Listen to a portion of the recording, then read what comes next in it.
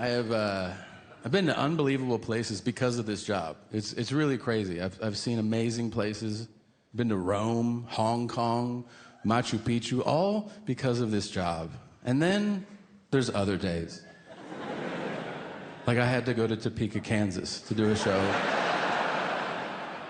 We went because they bought tickets, but we got the fuck out of there right away.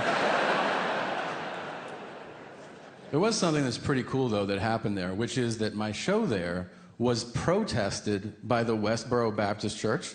I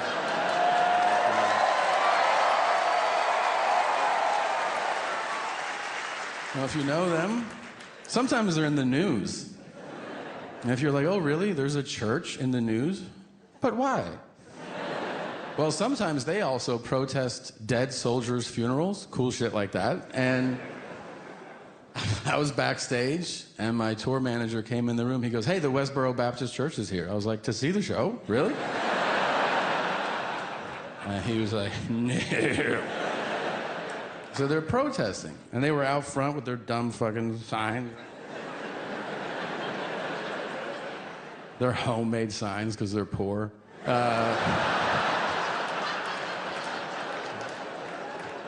They had signs made that said, Tom is a sinner. And I was like, yes.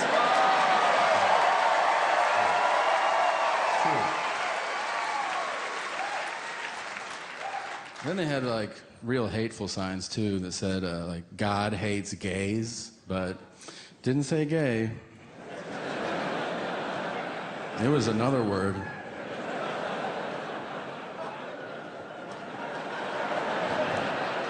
Your dad says it when the Cardinals lose, you know, like.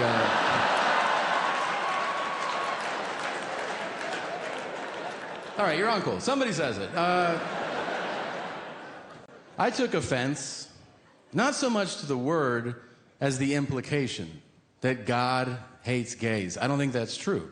I think God has a people problem. There are too many people, and that is not gay people's fault.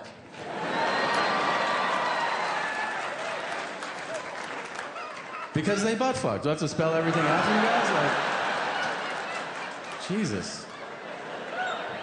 You can nut as hard as you want in somebody's ass over and over and over. And something will come out, but it's not a baby.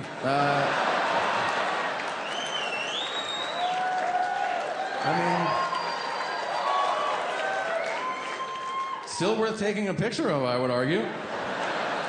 Maybe give it a name. It's not going to live long.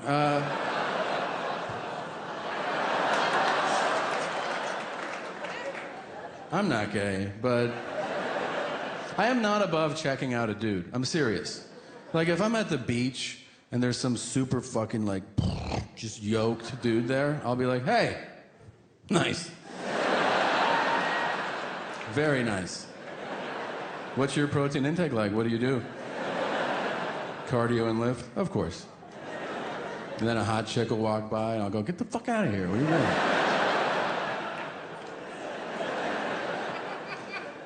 Let me ask you guys something, man. Are they gonna keep taking our Confederate statues down or what?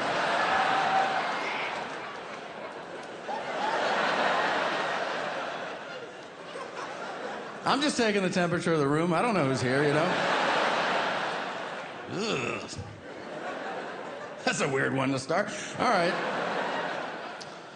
I will tell you this. I did have a great conversation with my father, and I hope if you're ever in that situation, you get it too. We had this great talk, and then he just drops this on me. He goes, you know what I've never told you? And I was like, no, what? And I was really hoping he was going to say, you know, there's a treasure buried in the backyard. It's for you. I go, what have you never told me? And he goes, I like a full bush on a lady. And I was like, what?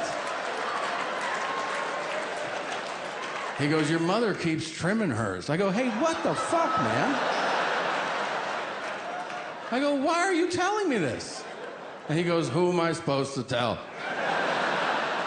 I go, the Lord, you're about to meet him. And that was it. And then he said the N-word, and then he died. It was really sad.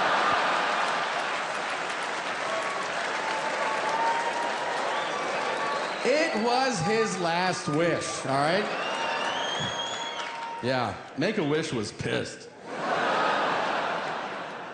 They were like, we don't do that. And I was like, well, maybe you should. I mean, if it was between saying that or meeting Tom Brady, I'd be like, fuck Tom Brady, I want to say it.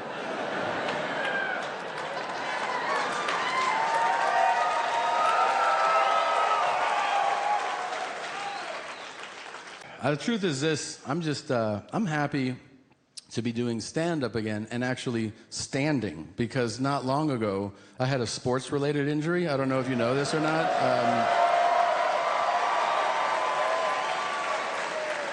Well, if you don't know, I will try to say this with a straight face. Tom, the guy you see standing up here, I was severely injured whilst participating in a slam dunk contest.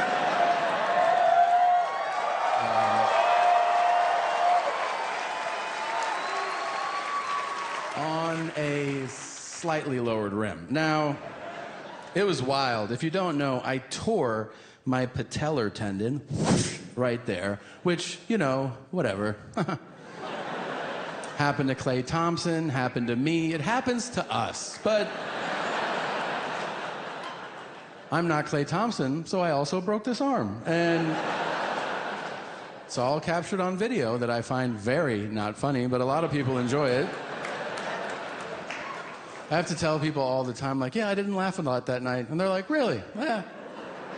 There is one exchange that I do like to share, and it is this.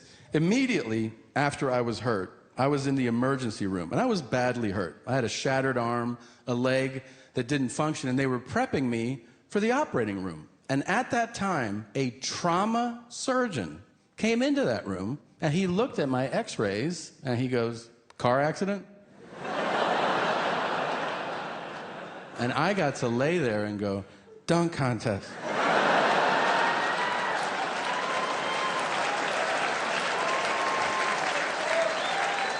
And he goes, what was that? What did you just say?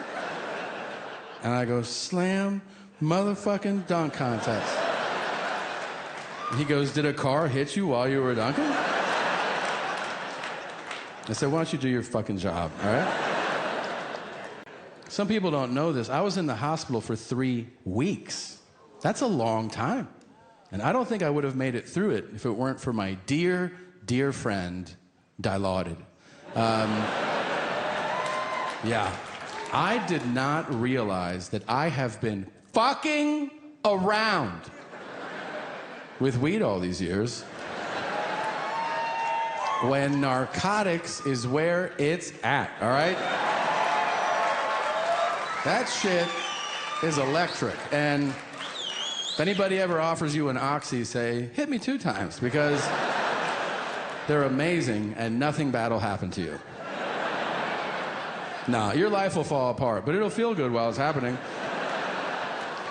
The only downside, really, is that you'll never shit again. I took my first shit 8 days after I started eating those. I was scared. I called in the doctor. I was like, hey, man, I have an arm that doesn't work, a leg that doesn't work. How do I lean? How do I wipe myself? He goes, don't worry about it. One of the nurses will do it. And I was like, okay. And then a fucking male nurse came in the room. They're allowed to have the job, too. And this dude stood at the door and threw a pack of wipes. I go, what's that? He said, the doctor said you need to clean yourself. And I went,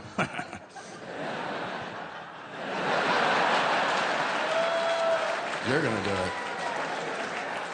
And I saw a grown professional nurse just go, oh, fuck. Like, he quit. I saw him quit his job. Isn't that crazy? Now, 5 days later, I had my second movement, and they sent in an old lady nurse, which is fine. But she talked the whole time. Do you know how terrible? You're all vulnerable. I was like, huh? And she's back there. She's like, how are we going to clean up all this stool? I'm like, I don't know. Shut up. And she goes, my. You have so much hair back here. And I'm like, yeah, I do it for my dad. You know, like.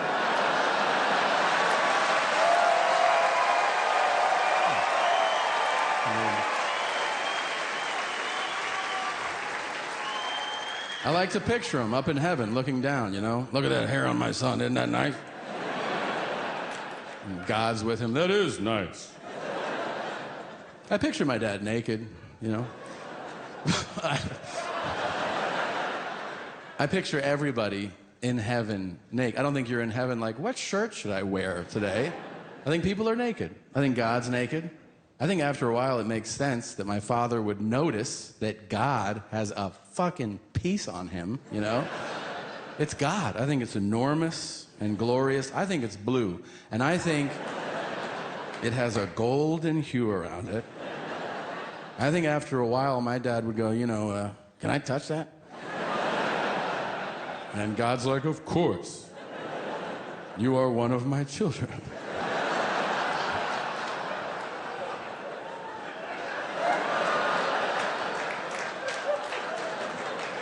And he goes, thanks, that was neat. And then God says, do you want to see it snow? Oh. That's what snow is. You didn't know that? It's snowing. Good. I hope I ruined snow for you. Now,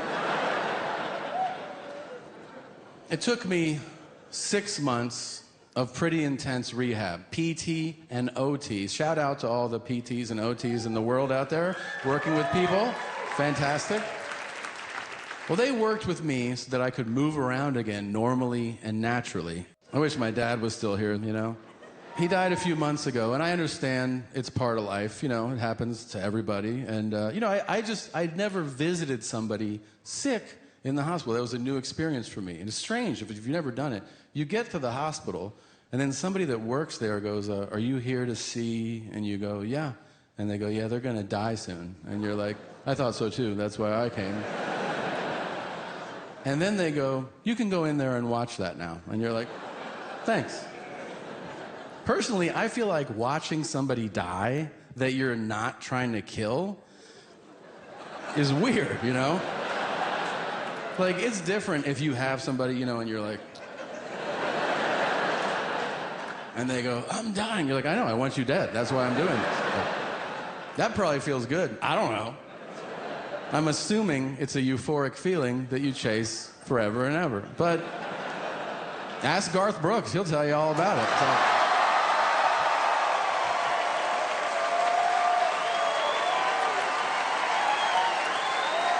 Come on. Where are the bodies, G? Please. Connect the dots. Now,